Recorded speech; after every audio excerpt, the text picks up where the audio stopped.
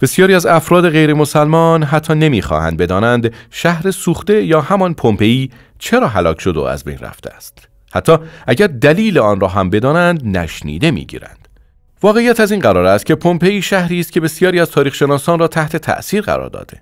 با اینی که بسیاری از انسان‌ها این نشانه‌ها را نادیده می‌گیرند، ولی بسیاری از این علائم امروزه نیز مشاهده می‌شود.